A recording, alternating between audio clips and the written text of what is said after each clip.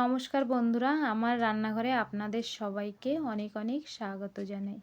আজকে আমি বানাবো সকালের জলখাবারের জন্য খুবই সুস্বাদু আর স্বাস্থ্যকর একটা ব্রেকফাস্ট রেসিপিটা বানানো যেমন সহজ, রেসিপিটা তেমন হেলদি আর তেমন কিন্তু টেস্টি।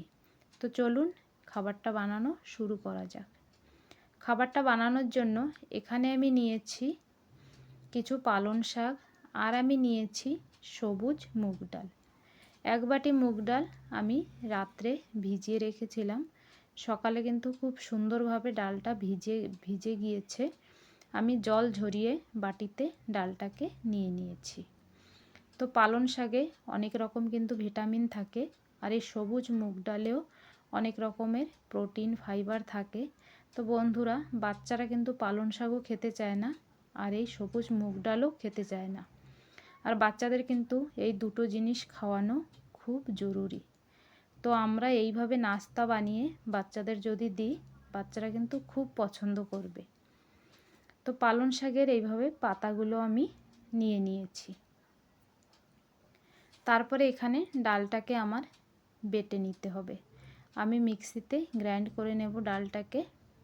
মিক্সির মধ্যে ডাল দিয়ে সামান্য একটু জল দিয়ে এখানে দিয়ে দেব 2 থেকে 3টে কাঁচা লঙ্কা। খাবারটা আমরা বাচ্চাদের জন্য তৈরি করছি, তো আপনারা আপনাদের পছন্দ মতন ঝালটা ব্যবহার করবেন। তারপরে এখানে ঢাকনাটা লাগিয়ে দেখুন এইভাবে পেস্ট বানিয়ে নিতে হবে। খাবারটা বানানো খুবই সহজ বন্ধুরা, খুবই তাড়াতাড়ি তৈরি হয়ে যায়, আর এটা খেতে কিন্তু অসাধারণ টেস্ট। ছোট থেকে বড় সবাই ঘরের পছন্দ করবে। তারপরে মিক্সিং জারটা ধুয়ে এর মধ্যে একটু জল দিয়ে দেব। দিয়ে ভালো করে ডালটা একসঙ্গে আমি মিশিয়ে নেব। এইগুলো কিন্তু আপনারা আগের দিন রাত্রেও করে রেখে দিতে পারেন। পরের দিন সকালে সকালে তাড়াতাড়ি এই খাবারটা তৈরি করে দিতে পারেন। মানে ডালটাকে আগের দিন রাত্রেও আপনারা বেটে রেখে দিতে পারেন এইভাবে। তারপরে দেখুন পালং শাকের পাতাগুলো আমি ভালো করে ধুয়ে এখানে কুচিয়ে নিয়েছি।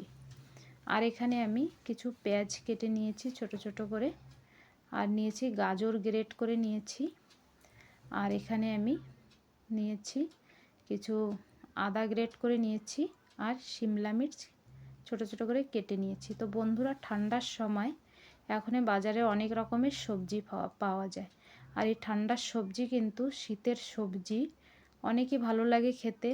এইভাবে যদি ব্রেকফাস্ট বানিয়ে দেওয়া যায় বাচ্চারা কিন্তু চেয়ে চেয়ে খাবে, এত সুস্বাদু হয়।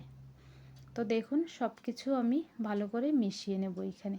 আর আপনারা কিন্তু আপনাদের পছন্দ মতন যে কোনো সবজি মিশাতে পারেন। তারপরে আমি এর মধ্যে দিয়ে দেবো 1 বাটি আটা। আটার জায়গায় আপনারা সুজি কিংবা চালের গুঁড়োও দিতে পারেন, তবে ময়দাটা কিন্তু একদম দেবেন না বন্ধুরা। আটাটা দিয়ে ভালো করে মিলিয়ে নিতে হবে। এখানে ব্যাটারটা অনেকই গাঢ় হয়ে গিয়েছে, এই জন্য আমি সামান্য একটু জল দিয়ে এখানে মিশিয়ে নেব।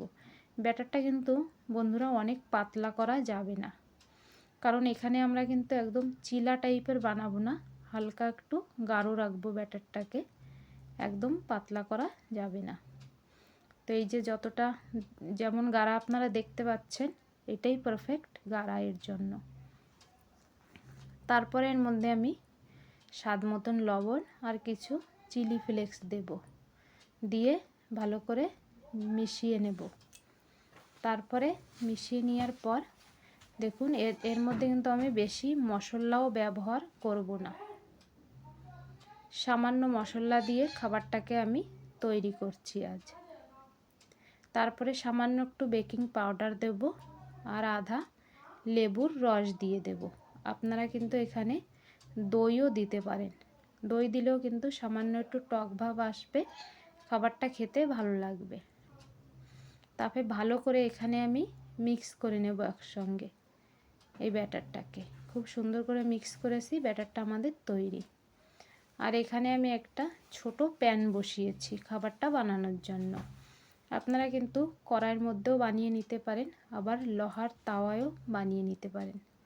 ছোট প্যানে আমি 1 থেকে 1.5 চামচ মতন সাদা তেল দিয়ে দিলাম।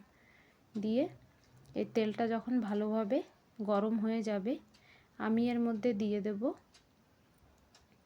কিছু সর্ষে ফোড়ন, আর দিয়ে দেব কিছু সাদা তিল। তিলটাও বাচ্চাদের পক্ষে অনেকই কিন্তু ভালো খাওয়া। কিছু সাদা তিল দিয়ে দেব। তো আপনারা এখানে ঘি বা বাটার দিয়েও কিন্তু বানিয়ে নিতে পারেন খাবারটাকে। তারপরে এর মধ্যে আমি কিছু কারি পাতা এইভাবে দিয়ে দেব। কারি পাতাটা দিয়ে কিন্তু অপশনাল বন্ধুরা, হাতের কাছে থাকলে নিশ্চয়ই দেবেন, ফ্লেভারটা অনেক ভালো আসে। তারপরে এখানে আমি 2 থেকে 3 চামচ ব্যাটার এইভাবে দিয়ে, খাবারটা একটু আমি মোটা করে তৈরি করব, একদম পাতলা বানাবো না।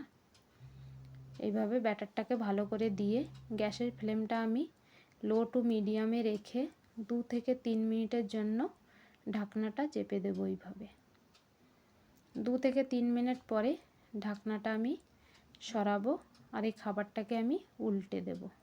তো দেখুন বন্ধুরা, খাবারটা হালকা একটু নরম ছিল, আরও 1 মিনিট রাখলে ভালো হতো। আপনারা 3 থেকে 4 মিনিটও রাখতে পারেন।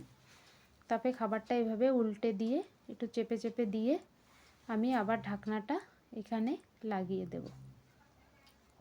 তো বন্ধুরা, তেল আমি আগে যা দিয়েছিলাম, পরে আবার সামান্য একটু তেল দিয়েছি। 1 থেকে 1.5 চামচ তেলেই এই খাবারটা কিন্তু তৈরি হয়ে যায়, একদম অল্প তেলে। তারপরে দেখুন ঢাকনাটা আবার আমি এখানে খুলে নেব 2 থেকে 3 মিনিট পরে। আর এই যে খাবারটা, এটাকে আমি উল্টে পাল্টে একটু চেপে চেপে ভালো করে ভেজে নেব। খুব সুন্দর লাগে এইভাবে খাবারটা তৈরি করলে।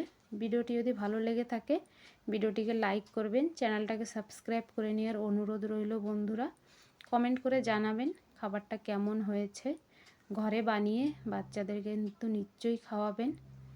খাবারটা খুবই হেলদি আর খুবই সুস্বাদু।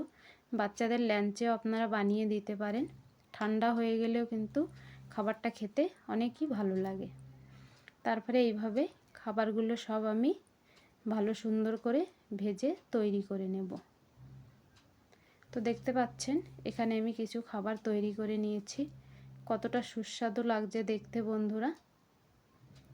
খাবারটা কিন্তু অনেকই নরম হয় খেতে। দেখুন, এই খাবারটা আপনারা যে কোনো চাটনি কিংবা সসের সঙ্গেও সার্ভ করতে পারেন বন্ধুরা। এই দেখুন কি সুন্দর হয়েছে দেখতে। তো বন্ধুরা, আজকের মতন কিন্তু এই পর্যন্ত। দেখা হচ্ছে আগের ভিডিওয়। সবাই ভালো থাকবেন আর এরকম টেস্টি হেলদি খাবার বানিয়ে বাচ্চাদের ঘরে নিশ্চয়ই খাওয়াবেন। বড়দেরও কিন্তু খুবই পছন্দ হবে।